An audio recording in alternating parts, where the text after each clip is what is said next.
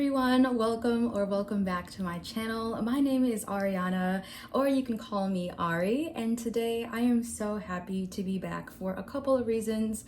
Honestly, it hasn't been that long, but I have been dealing with some health issues and trying to just get my health back on track, and some days are better than others. So these last couple weeks I've been just taking a lot of time to focus on that and just rest and kind of figure out what's going on and gain some perspective. I just want to take the good days when they come, and today is a good one. It's February 4th, it's Sunday, and the second reason I am very excited to be here is that I'm talking about Sula. Today I am going to do a sort of analysis on Sula and sharing my experience with this text and just talking a little bit about, more specifically, the themes, the motifs, the symbolism, and my overall take on this book and what some of the things that Toni Morrison touches on, what some of the things that she's talking about I would like to dive into. So I just want to say that there are so many things to unpack in this novel. It's only 170 or so pages, but there is a lot of information, a lot of things that we could talk about for hours and hours and hours. But it is my first time reading this novel. It is not my first Toni Morrison novel. However, I wish it was the first one I read, because the first Toni Morrison book I read was Beloved. And if you've never read any of her works, I don't recommend starting there. A lot of people suggest that Sula is a great place to start, and I still feel that way, or just read her books in the order that they were published. Is also a great idea. So yeah, let's just get into it. So I have so many notes. Like, I have notes throughout, I have highlighted things, I have typed out like really extensive bullet points because I ramble and I don't want to forget anything, and I will be referencing these notes. After I finished the book, I started it on February 1st and I finished it on February 3rd. So I finished it yesterday, and immediately after I finished, I spent the next 4 hours highlighting, making notes, writing some opinions, even watching some other Black women who did talk about this book, watching some of their videos and just getting their perspective, and just seeing what other people were feeling about this book and what things, if what I noticed aligned with what other people noticed. So let's get into it. So this is a coming of age story about two girls who are best friends, and their names are Nell Wright and Sula Peace. They are two sides of the same tragic coin. And we follow their relationship as it relates to this fictional town in Ohio called Medallion. It is also nicknamed The Bottom. And I'll get into names as symbols in a little bit. But we follow them as a unit, and we also follow them individually, branching out to other parts of their family, the other women in their family, and how they relate to each other. We watch how their lives are affected by grief, by loneliness, by racism, by the behaviors and misfortunes of their own upbringing and their parents and the women in their lives, while going through 2 world wars, the Great Migration, women's suffragist movement. So many monumental moments in history happen, of course, within the span of this novel, which starts in about the year 1900 and then goes through, I think, all the way to 1965. So what I want to first talk about is the POV, the point of view of this novel. This novel is third person direct and third person close, in the sense that we are, the reader, we are getting a bird's eye view, a fly on the wall perspective of the lives of these people that live, these Black people that live in the community called The Bottom. And I think this is important to talk about first because I think that point of view as a writer is obviously very important. It can change the whole course of your story. And by using third person direct and close, we are approaching these people with an unbiased lens, right? We are asked to experience these stories, these experiences, this world without judgment, without bias. And it is done in a way that it makes it very difficult to place any moral judgment on the characters. There are a lot of moments where the question of what's right, what's good, what's evil comes into play. So we are introduced to this community, the Bottom, through Shadrach. Shadrach is a post-World War I veteran who comes back to the Bottom after having experienced a very traumatic time in the war. He is an example of what a lot of Black men had hoped the war or going to war would do for them, right? He believed that this would be a prosperous honor, a prosperous time that would bring about freedom and comfort for him after he left the war, and a sense of pride. But what it did was break down all that pride, and he experienced a very traumatic event where he witnessed a comrade of his head was blown off, and that has shaped and changed everything about this character. And he is suffering from PTSD, OCD, and anxiety, and just a lot of mental disorder. And so he comes back and is the outcast of this society, which is a great representation of understanding how mental health can and has been handled in the Black community. Essentially, you know, he's the madman on the street that when your mom sees him coming, she tells you to cross the street, don't talk to him, keep your head down, don't look at him. And so in that way, it kind of reflects the not knowing what to do and how to handle that mental damage that has been brought upon a society, and it's just kind of ignored. So Shadrach is the through line of this book. He comes back and he establishes something called National Suicide Day, and he established it on January 3rd of every year. January 3rd, he goes out, chants, rings this bell, and does his song and dance, and the community completely ignores him.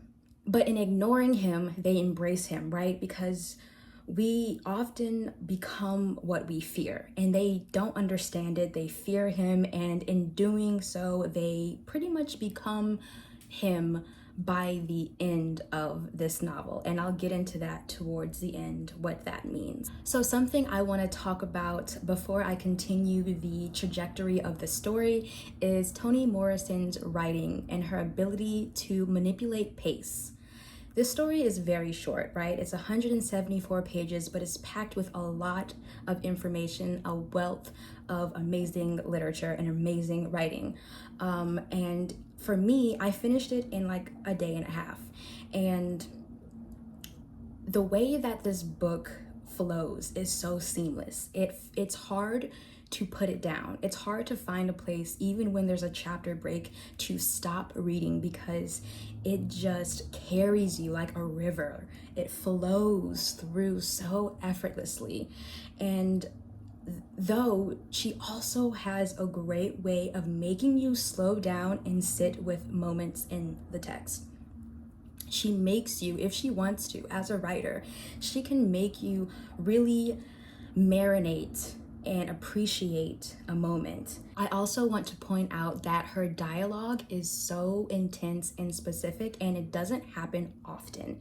It is sprinkled throughout very strategically, and there are so many lines of dialogue that are iconic and that have changed writing forever. Like, she's done some really amazing dialogue in this, and it's so rich. It never feels aimless. It always has a purpose. Every line in this book has a reason for existing. So with that being said, let's move on and get into some themes that I enjoyed. One big theme is the names, the usage of names and the importance of names in this book. The bottom. Let's start with the bottom. The bottom is named ironically because this town sits on top of a hill above the valley of where a white community lives. How did it get its name, the bottom? Well, we learn in the beginning of the story that this land was offered to a slave by his master as a kind of reward for his hard work. He said that if you worked hard and you labored hard for me, that I would give you your freedom and this land. The slave was like, awesome, let's do it. Little did he know that this land was actually not as fruitful as he may have hoped. And the slave master sold it to him under the pretense that, yeah, this is called the bottom because it is considered the bottom of heaven. Because the slave didn't understand, like, why is it the bottom if it's on a hill? He could only see that he was above white people, and for once, and he was able to look down on them, and that was attractive to him. So he was like, okay, sure, great, I would love this piece of land. This land, he turned out to realize, was actually very difficult terrain to grow crops on. It experienced the worst parts of nature. It got the heaviest rain, the coldest colds, because it sat so high. So the valley was pretty much protected. And so this Black community symbolically took on the weight, the labor, the hard work. So let's move on to other characters. The main two women of this novel, Nell Wright and Sula Peace.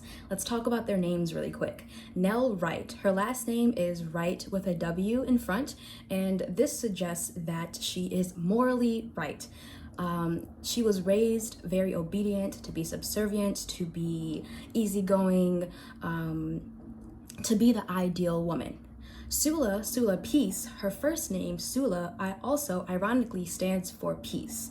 It translates to the word peace. So her name translates to peace, which is something that she yearns for throughout this novel and never really truly attains.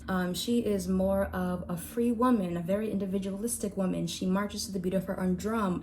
The women that raised her were the same way. Sula is also a mirror that reflects the behaviors of the community of the bottom, right? Because Sula is a woman who will do what she wants. She will sleep with whoever she wants, whenever she wants. She doesn't do or live the expected life of a young woman. She isn't married, so she is often hated. She is lusted after. She is envied. She is the source of their disdain, and they are able to cast their righteousness on her, right? They're able to excuse their behavior, and they even start to act a little bit more high and mighty because, well, Sula is the epitome of what is evil, right? So at least we're not evil, and her presence makes people be better, right? And I say community loosely.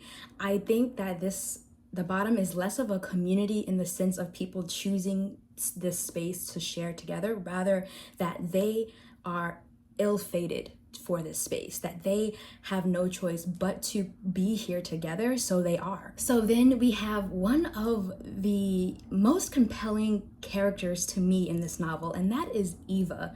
Eva Peace is Sula's grandmother.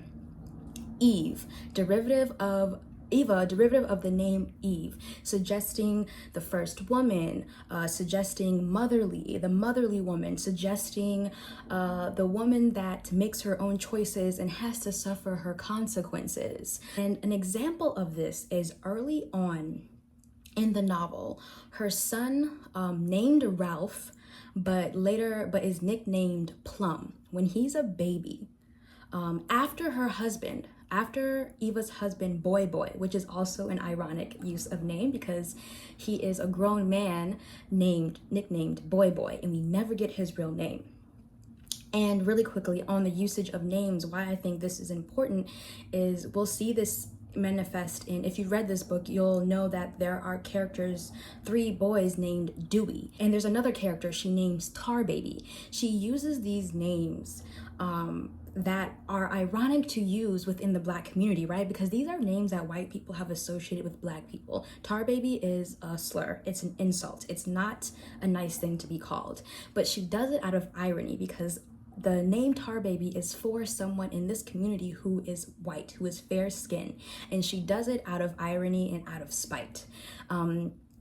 Deweys, all 3 of these boys that she takes in as her own, they're orphans, she names them Dewey, right? She strips them of whatever name they were given from their mother, from their homeland, from their mother, their grandmother, and she calls them just Dewey. And that solidifies their character for the rest of the novel. So it's like a name is so important in these novels, especially in Black literature. But back to Eva. So Eva, after her husband left her alone and without any warning, which happens so much in these novels and happened so much in this time, her son Ralph, nicknamed Plum has an obstruction of his bowels. If you don't want to talk about excretion in bowels, skip a little bit, but in this story, there is a moment where she has to decide how to heal him. And she takes her hands and physically pulls excretion out of him, and he is able to go easier.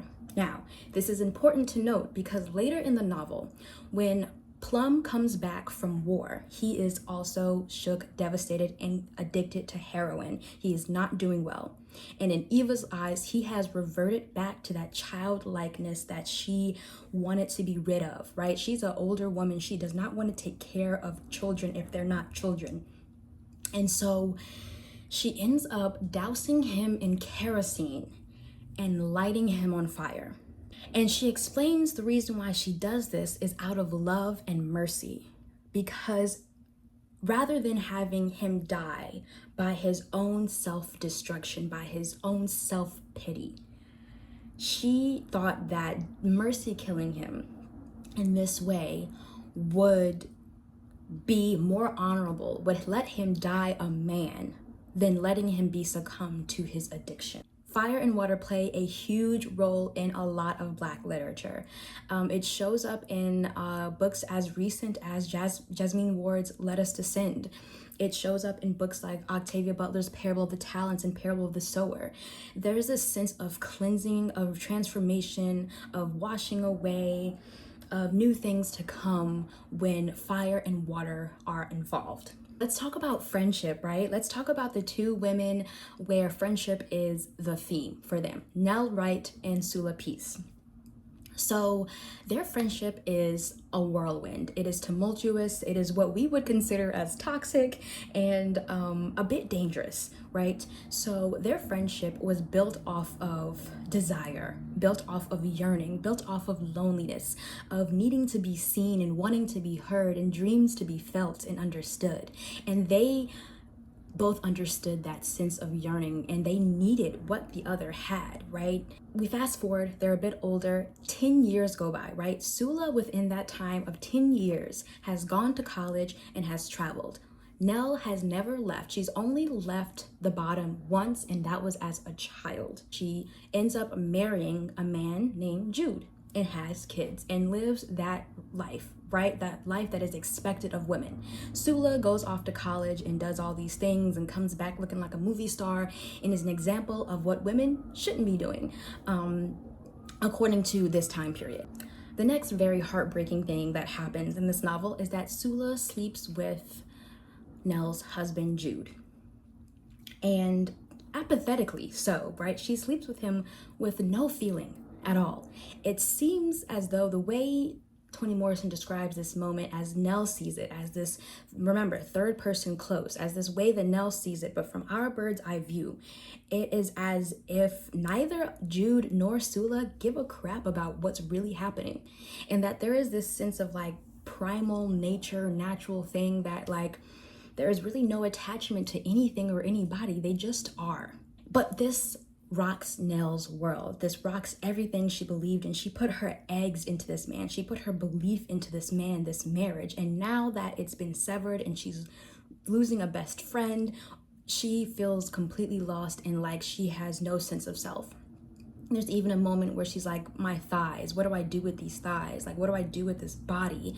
Because it means nothing if there's no man there, right? Sula has no real understanding of like having a sense of belonging or belonging to something or someone. She doesn't see life that way.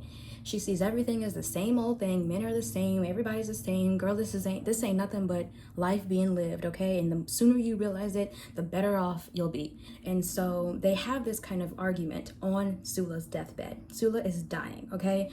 I think Sula is dying of syphilis. That is my opinion. A lot of people did at that time, and it was now treatable. It was not something you could treat. So based off of her lifestyle, that's my theory, or pneumonia.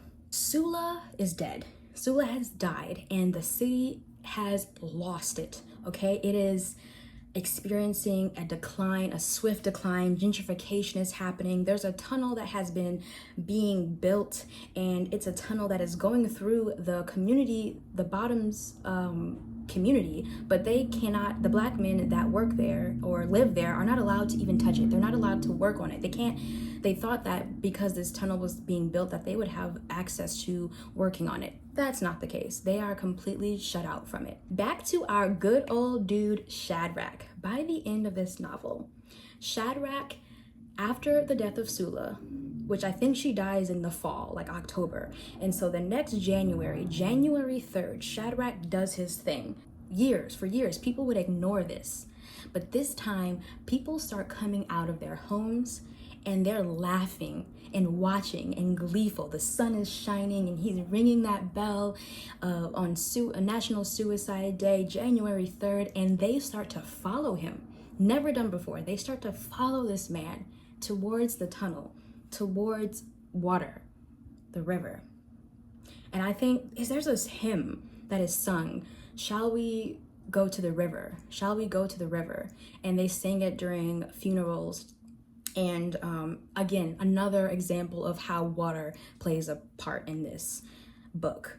But for the first time, people are laughing and smiling and skipping their way there, and they go all the way to the tunnel. Some people don't go all the way, but a lot of people keep going, and they go through that tunnel and they dismantle, destruct, destroy the thing that they could not themselves have any hand in creating.